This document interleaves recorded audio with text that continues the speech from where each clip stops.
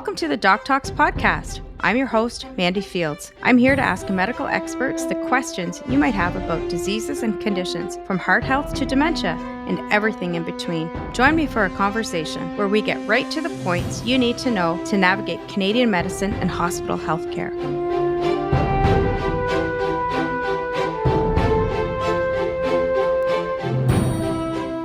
Hi, I'm Mandy Fields, and welcome to the DocTalks Podcast, brought to you by St. Joseph's Healthcare London. On today's episode, we are talking about the most common type of cancer, skin cancer.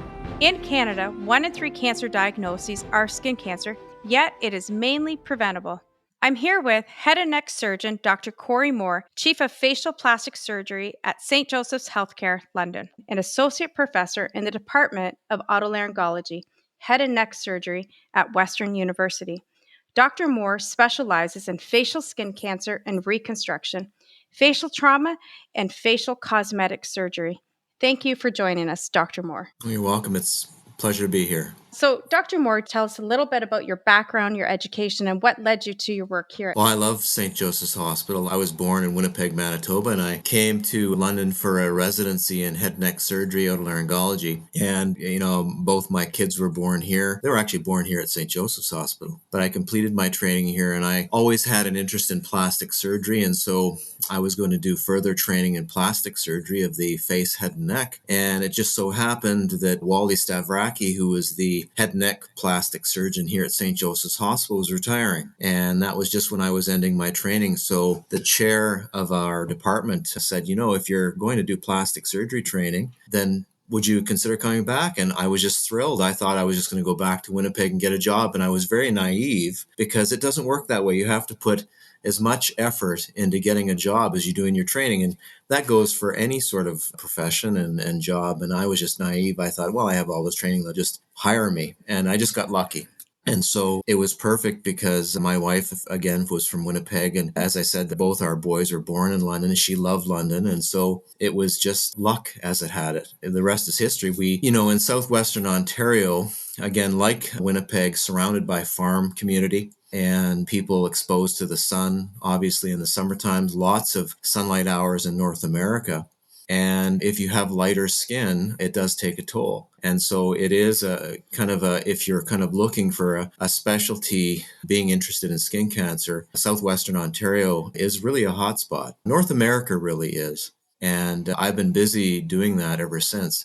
I performed just general facial plastic surgery and reconstruction for the first 10 years of my practice, including skin cancer. So that included facial trauma, scars, deformities from congenital issues. But the cancer practice in the last 10 years, and I've been here about 23, 24 years, has grown so much. I was pushing most of my non-cancer surgeries way into the future. And I just decided at one point that it wasn't good patient care to do that. And so I do exclusively skin cancer now in my practice for about the last 12 or 13 years. Oh, wow. So when you're standing at Costco, when you see like Joe Public, do you ever set your eyes on and you can tell if something's skin cancer? Yeah, a lot of times you can. And I think that sometimes it can be less obvious. And that's the insidious thing about some of the cancers. And of course, there are a lot of different cells in the skin, and each one of them can turn into a cancer. So some of them look different than others. Some of them are more dangerous than others. And if I ever do see something obvious, I have gone up to people that I don't know. And you have to be careful. But I often mention that I'm a physician, and I'm a little concerned with what I see. And people are usually very appreciative of that. And most of the time they are having it looked at. That's good. I can't imagine saying no. If you approached me and you said, "Hey, lady, there's something suspicious on your neck there." Yeah, everybody's different, right? It's one of those things. I do occasionally take a couple second looks, discreetly, of course, because you don't want to have your eyes stare too long. But if it is an obvious cancer, then I certainly would go up and talk to them in just a concerned way. Right. So you mentioned right at the beginning how southwestern Ontario is a hotspot for skin cancer. Can you talk a little bit about what the causes of skin cancer are? Yeah, so I think this is pretty well proven as far as rays of light that come down from the sun. You have 3 of them. UV radiation. They're based on wavelength. Just like visible light and laser and all sorts of different types of X-rays, they're all an electromagnetic spectrum of photons. And photons are particles of light that have a specific sort of wavelength. So the three photon wavelengths that come down from the sun are UVA, B, and C. A is our standard sort of sun tanning bed light. The interesting thing about UVA is it goes right through glass. And so, if you're in your car and you don't have UV glass, which most cars don't, it'll go right through the glass and you can get a tan through glass. B is the bad one. So you remember B for bad, and that's the way a lot of people remember it. B causes DNA damage to your skin cells. It's a direct cause for DNA damage, which can cause cancer. Most times it causes just sun damage, like there's a precancer called actinic keratosis, which you see red spots that are flaky, and those are precancers, but majority of those never turn into cancer. They oftentimes just disappear with time. And then C is like UVA, it's very similar wavelength. It doesn't tend to reach the Earth's surface, and so people that are out and about in the sun don't usually get UVC. So there you get UVA and B. And so the research is very good in the sense that UVB does cause DNA damage and is a direct relation to skin cancer. A, the sun tanning beds, there has been recent evidence that links it to melanoma. It's never really had the attention of UVB though.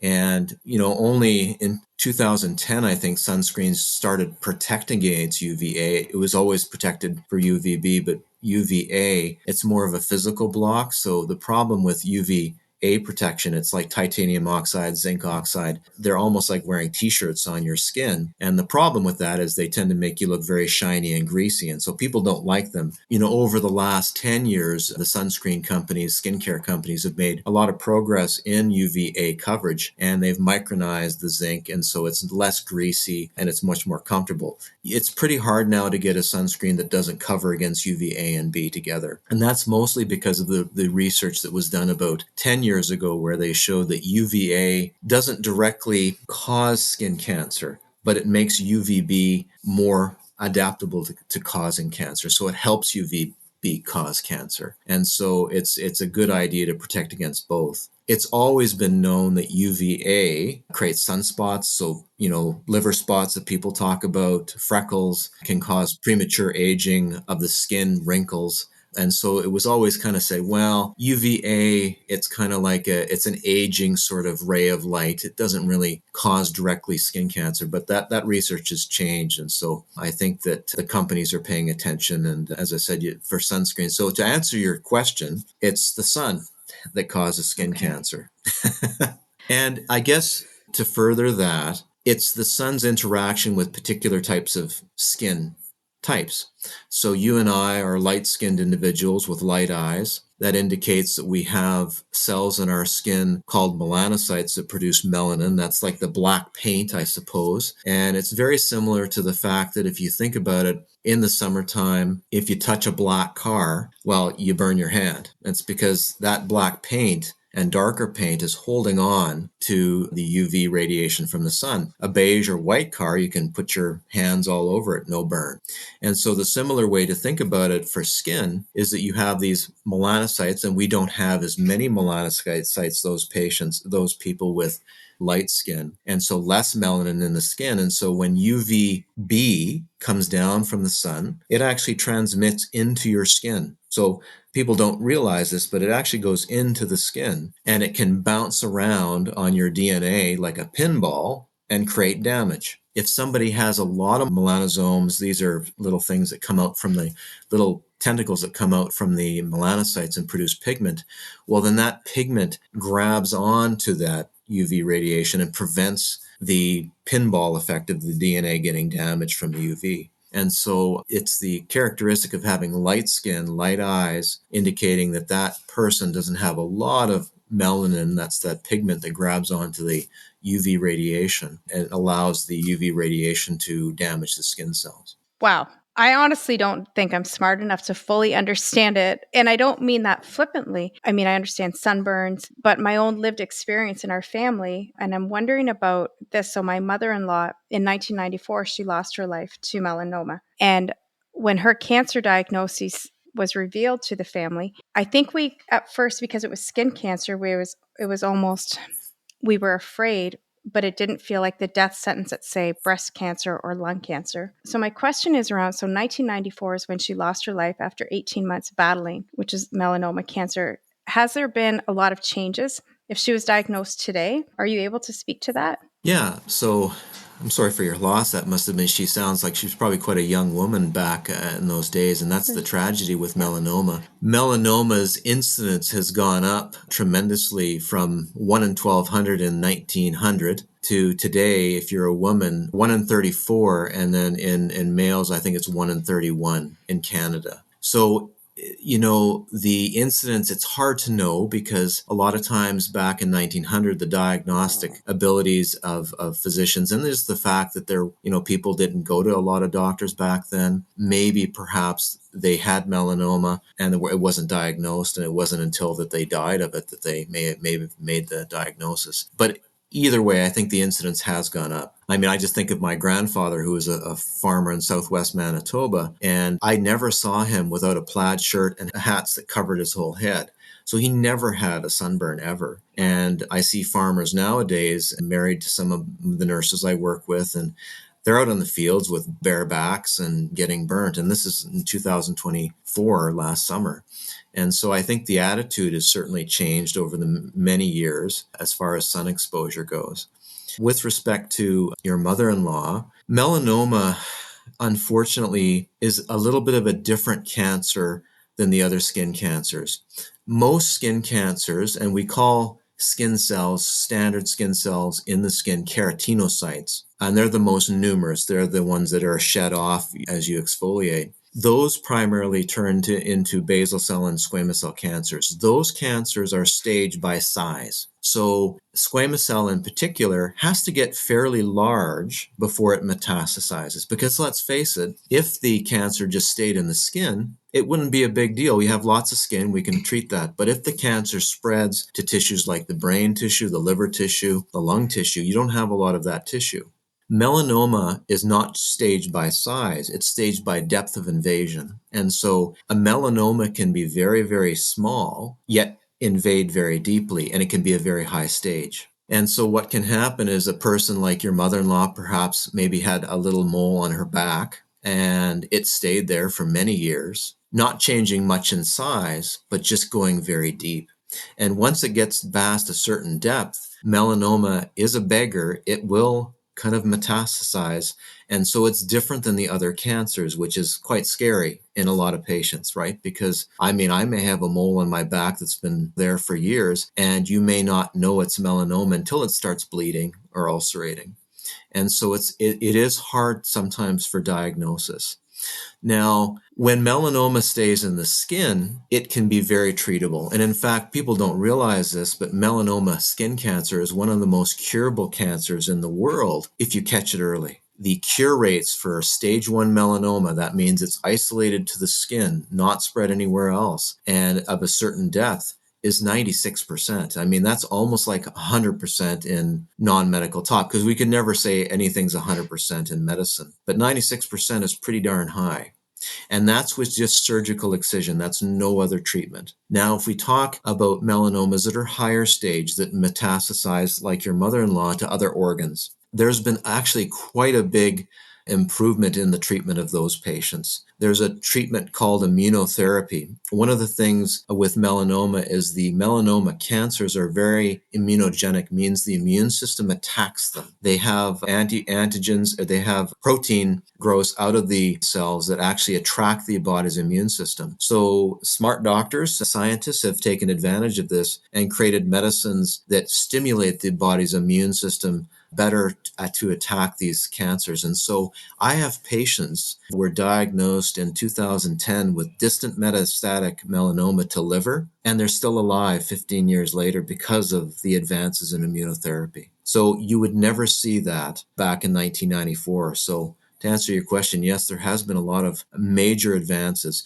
Not so much For the early stage melanomas, that is still the same. Surgery, surgery, surgery is always for cure, but it's more for the well-advanced cancers where those patients were lasting maybe 3 to 6 months. Now they're living for 15 years and more. So it's quite amazing and quite exciting to be around and helping those patients, because we do see distant metastasis in melanoma just for the very reason I talk about. They can be very small in size, but very deeply invasive. And that was the situation with Mavis. They just kept on cutting it out.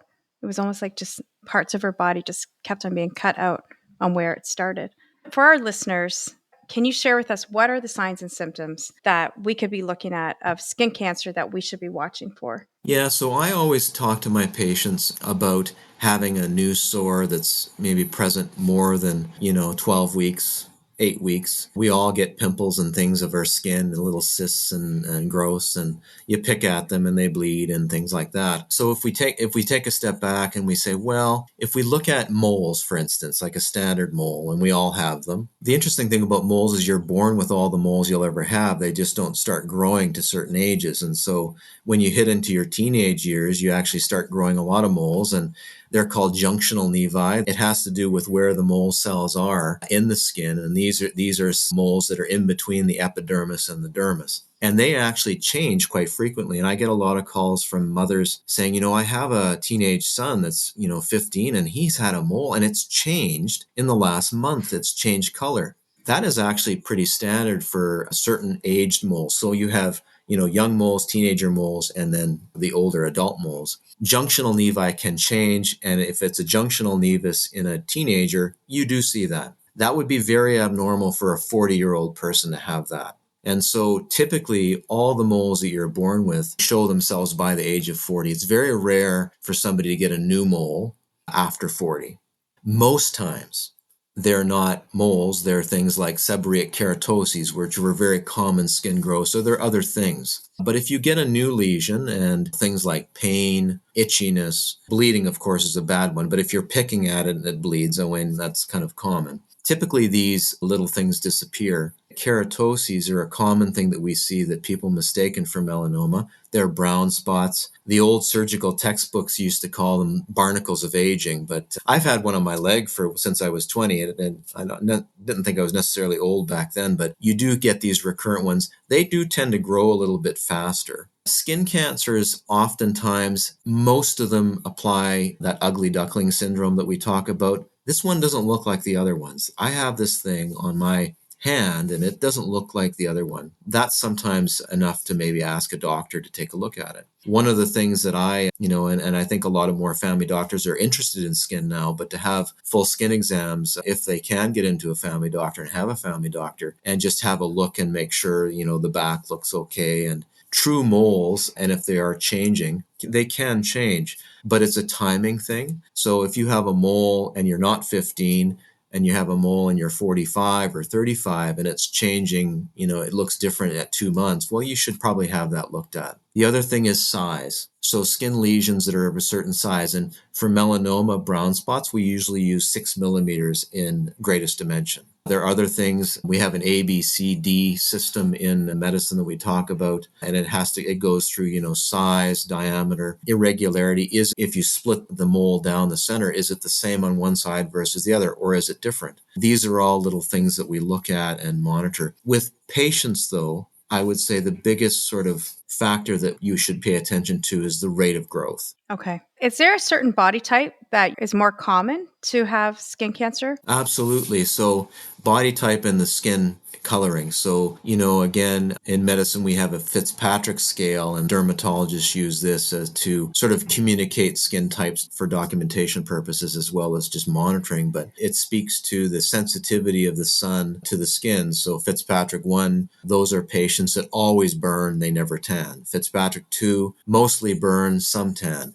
Fitzpatrick 3, tan, some burn. 4, never really burn. They mostly tan. Your ability to tan and not burn really is a kind of a one indicator with respect to your sensitivity to the sun and skin cancer. But generally, the lighter the skin and the more ability to burn, because what a burn essentially is is damage to your skin and the inflammation that's resulting from that. Okay. And so if somebody has a lot of melanin, that black paint in the skin, or the darker paint, you're going to be able to absorb a lot of that UV radiation and not have your normal cells damaged. And so you're not going to burn. Versus, say, somebody like yourself, if you laid out without sunscreen, you're going to get a pretty bad burn because that UV radiation, that UVB, is going to go into your skin and cause damage. Nothing's there to hold on to it. And what about body parts? Do you see a more common body part that shows up? Yeah, like the face, head and neck, and the hands are the most common because if you think about it, these are areas that are always exposed to the environment and always exposed to UV radiation. So even when you're driving your car, your hand's usually on the top of the steering wheel. You tend to get a lot of sunspots in those areas and the face. And then, of course, I grew up in the 80s, and it was very common for people to mow their grass in halter tops or no shirt for men and the shorts. And so, again, those types of sun exposures for prolonged periods aren't the greatest. So I can't resist. Have you ever seen it on someone's buttocks? I had to ask. No, I've seen sarcomas, which are different types of cancers on buttocks, but I've never actually, well, I shouldn't say that. I have seen it on the buttocks in areas that are more private for sure. My specialty is head and neck, but skin cancers don't usually come in singles, right? I treat a lot of skin cancer of the face, head and neck. And if somebody comes in with a cancer in their eyelid, if they want me to look at another place, we certainly will do that. And we will treat it if it's an appropriate cancer. There are certain cancers that we have to refer to specialists of that area just because of the risk of metastasis. But certainly I've checked all body parts, and certainly I don't think there is one that I haven't seen as skin cancer. Thank you for humoring me. Is there a difference between mineral sunscreens or chemical sunscreens, or do you just recommend people just use any sunscreen? So there are different types of sunscreens. There are the physical blockers that actually are basically like wearing a t-shirt on your skin. They work by physically blocking the sun, reflecting it, right? And so those tend to be the things that have zinc in them, zinc, titanium oxide, zinc dioxide, things like that. And in the past, those were very, very shiny. They made your skin almost look white. People hated them. I think that's why my wife hates sunscreens to this day, because she tried those back in the day and they make you look sweaty. And so they've improved that technology a lot. And then there's the chemical sunscreens, the binding sunscreens that actually bind with your skin cells. And so those are kind of a little bit different. I tell people, don't break your bank. You can buy sunscreens for $120 and plus. Personally, I just go to Superstore or Shoppers and I buy oil of Olay. I'm not endorsing them, but I just use it because it reacts nicely with my skin. Oil of Olay Complete Defense. Think of football, Complete Defense. And I buy the 30 and it's for face. And it just, with my skin, it doesn't make me look greasy. It doesn't clog my pores. Now, I could recommend that to Mandy and she may put it on and it may give her pimples, block her pores, and do all sorts of things. So everybody's skin biochemistry is a little bit different.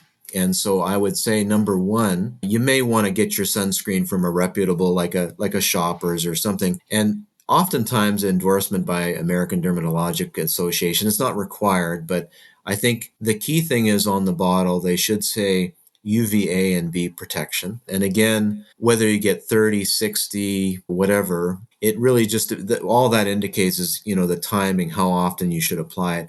I think, anything is probably good. I use a 30, and anything above 30, I suppose you could use, but it does seem to be a little bit of a thicker sunscreen the higher protection you go. So the mineral sunscreens, I think they're probably just as good as the others. Again, I tend to stay away from compounding pharmacies that make their own sunscreen. I just don't know how much testing has been done on that. But again, it may be okay. It's hard to know without seeing the ingredients in the list. If it doesn't say any ingredients on the bottle, I think that would be cause for concern. A lot of the sunscreen ingredients are so long there. The names are, you almost have to have a PhD in chemistry to actually pronounce them. But some of the well-known brands, Oil of Olay and things like that, I think they're just fine. There's a trend right now with people using LED masks. Does this contribute to an increase in skin cancer?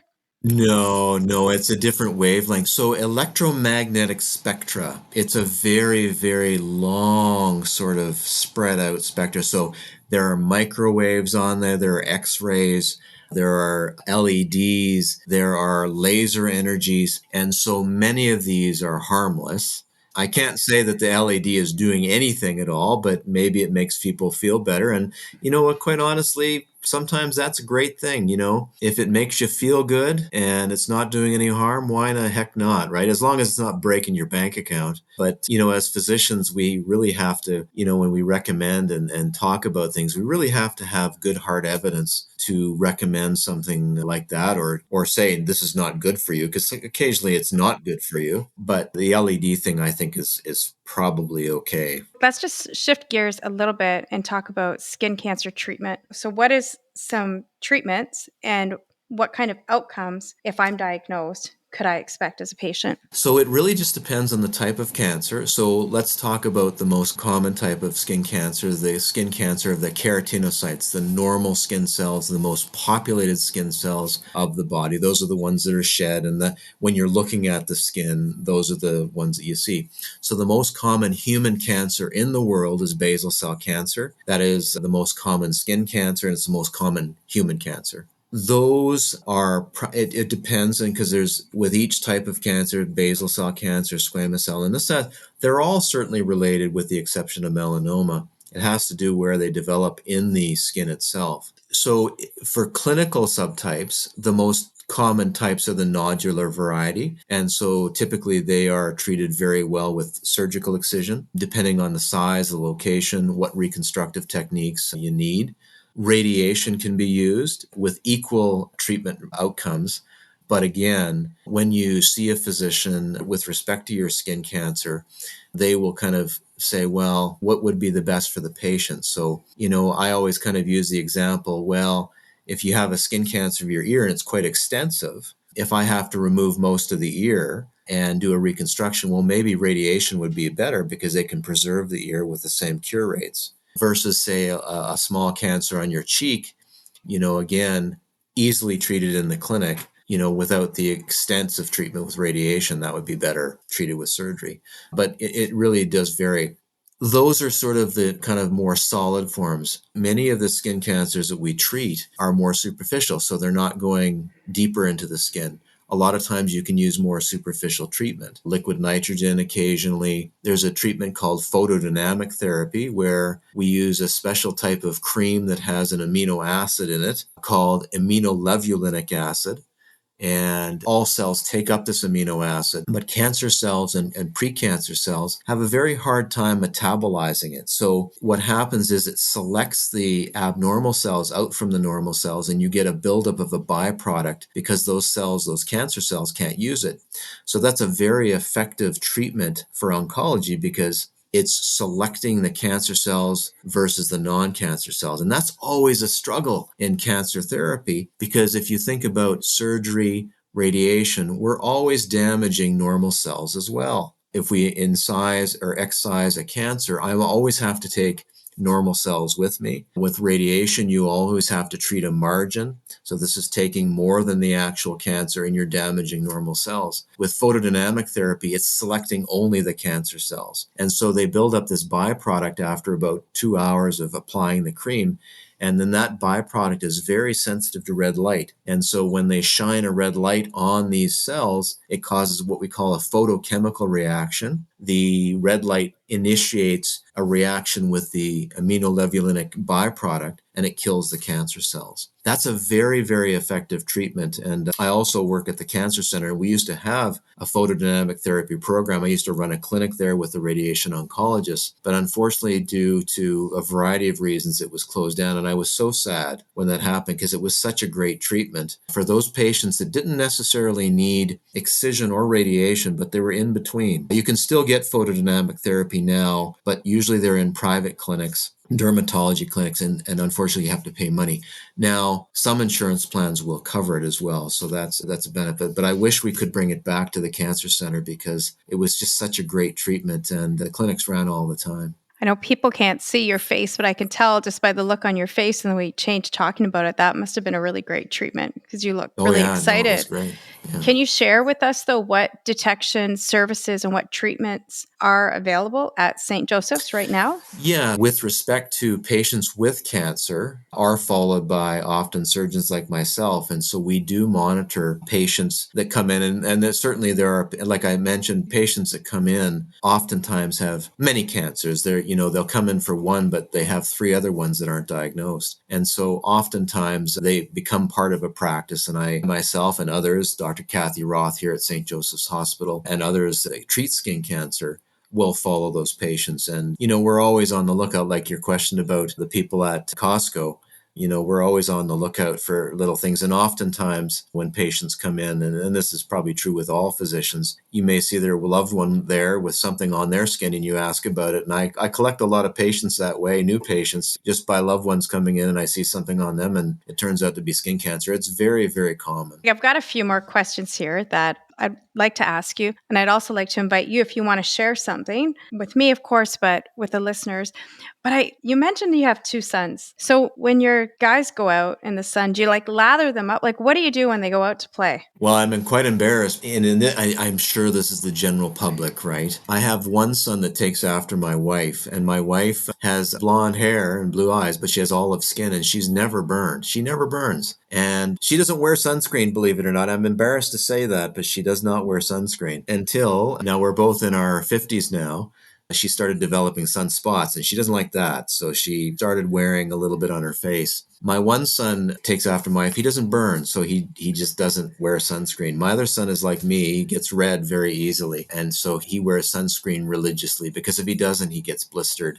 My sons are probably as old as you are, so I think that you can't really tell them too much. You tell them one thing, they want to do another thing. But I think it really has to do with the person and their experience. So it's unpleasant getting a sunburn. We all did it. I mean, I did it. I remember sitting in my basement when I was a kid, freezing the first day of summer because I'm shivering because I'm so burnt. And then you get that first burn and out of the way, and then you seem to be okay for the rest of the summer. But it is unpleasant. And so I think it really has to do with the individual and their experience with the sun. I think that when you're young, you don't think of wrinkles, you don't think of skin cancer. And so you just have to go to Grand Bend or Port Stanley and you're seeing young people, middle-aged people, older people just getting toasted out there without any sunscreen. And you'd swear the only thing that's different is the clothing, like the bathing suits. It's like 1970 all over again out there.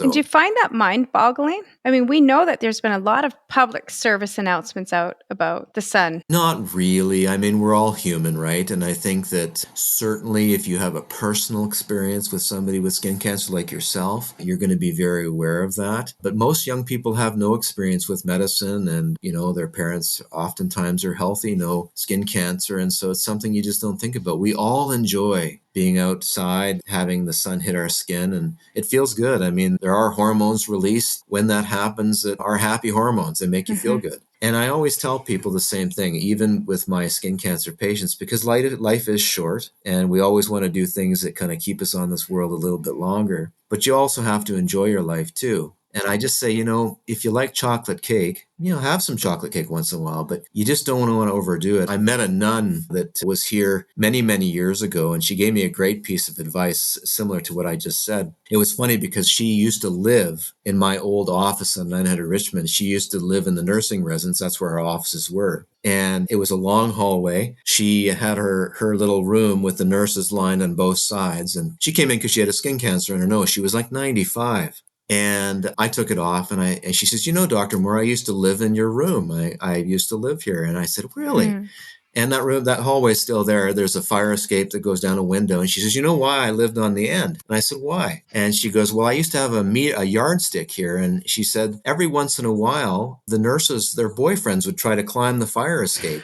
And they'd have their hands on the window. I wrapped their hands. I go, really? And I said, did they fall? She said, some of them, but they were young. They could take it. I thought it was so funny. But I said, and I say this to all my patients that are in their 90s and 100s. I said, do you have any secrets for me? I won't tell anybody, but do you have any longevity secrets? And she says, Dr. Moore, I do everything that I love to do. I don't spare anything. I enjoy my life. But I said, I don't overdo anything. And I thought that was a great piece of advice. It applies to eating chocolate cake. It applies to sun exposure. A little bit is okay. A lot is probably not the best. As humans, we're made to be in the middle. Anything extreme, I think you're taking a bit of a risk. And sometimes that risk is worth it, right? Because life, as I mentioned, life is short. If you're into long distance marathon running, I think there's pretty well good studies to show that shortens your life if you do too many of them. But if you do it once in a while and you love it, well, then do it. Well, it feeds your soul in a way that other things can't. Absolutely. You're right. One of my final questions is, if people do seek treatment and there's delays from seeking the treatment, like what can I expect if I have to reach out? What's the actual pathway to treatment to get to you? So I always say the Canadian healthcare system is the best in the world. It is excellent if you need urgent treatment. We get the best treatment in the world, but there are wait lists and whatnot. However, with every physician's practice, we do triage, and I triage, and most of my colleagues triage referral. And we do this every day. I sit down and I look at the referrals, and if something needs to be seen urgently, they're seen tomorrow. So if something is delayed, so if somebody has something and they come in and they need treatment tomorrow, they get treated tomorrow. They get treated today if they need it. I think where people are a little bit kind of, they compare themselves to the United States. If you have like a basal cell cancer that is no risk of really metastasizing, it's been there for a couple years. It may have started bleeding recently, which is very inconvenient. But we do know that they grow very slowly. A lot of times people will have to wait months for those, depending on the location. I think that with Canadian healthcare, in the sense that the decisions made would never put you at risk, your life at risk, in all the physicians' offices I know. So I think that if you do get an appointment that's 3 months down the line, I think that if you're concerned, certainly call the physician's office and ask. But I think if you need care, like for instance, we just had 3 referrals for melanomas over the last evening. I reviewed them today. They're being seen tomorrow because they need to be seen urgently. But the occasional patient may have to wait. It's because of the urgency thing. So triage is important, but I think that people do have to realize that when they do see their physician, they will be seen an appropriate period of time, not to put them at risk. That's an important thing to say, because I think people sometimes worry that they're being left behind, and I think the decisions made are in their best interest. Of course, we'd like to see them tomorrow, but oftentimes decisions are made to get the most urgent patients done quickly. I appreciate how you said that it's an important thing to say, because I think it's a really important thing for us to hear when you're not inside the health world, getting us better, healthy. Dr. Moore, my final question. Are there any new and exciting findings or treatments on the cutting edge of skin cancer research right now happening at St. Joseph's? We are always innovating. We have the fortunate pleasure and privilege to be associated with Lawson, and I personally can just speak for myself. I work in the engineering department with an engineering doctor. His name is Luis Ferreira, and we are making huge strides right now in not so much treating the actual cancer itself, but the post-defects of cancer. And so just to give you an example, do fairly large cancers that often require removing someone's full ear, their full nose, their eyelid, their cheekbone. And these are tremendous defects that are catastrophic for a lot of patients.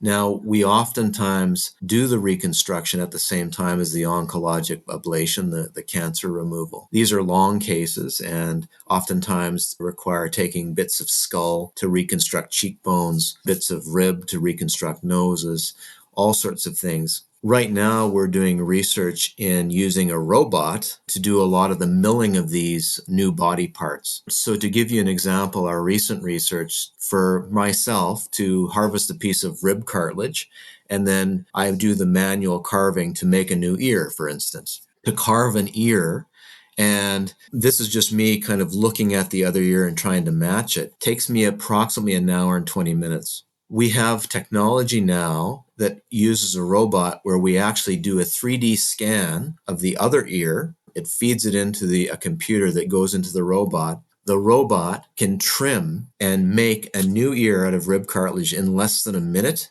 and it is so much better than what I can do freehand. It's amazing. And so this is just some of the technology. We've used this technology now for nose reconstruction, for cheekbone reconstruction, and auricular reconstruction. So it's just great research, and we've had very fortunate, generous donors giving towards this research, previous skin cancer patients, and it's been just fantastic. That would be life-changing.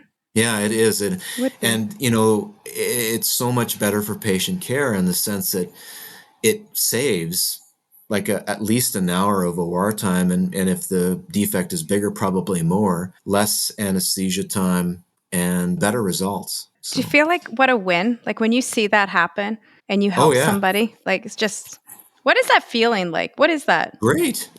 I love the translational research going from the bench top with the scientist, Dr. Ferreira, and the engineers to bring it to the OR. It's just wonderful. And patients are very appreciative of it as well. Now you get the occasional old fella that, we take their ear off and they actually just want to keep it that way because it's a good conversational piece when he goes to the cafe for coffee.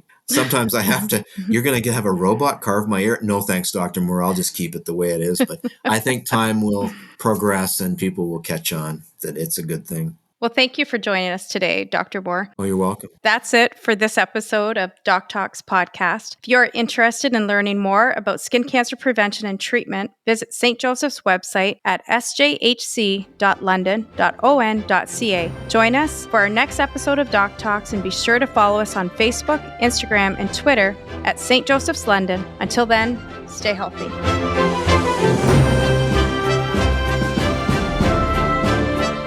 That's it for this episode of the DocTalks Podcast. Thanks for listening, and join us next time when we'll continue our conversation on what's new and relevant in the world of Canadian medicine and hospital healthcare.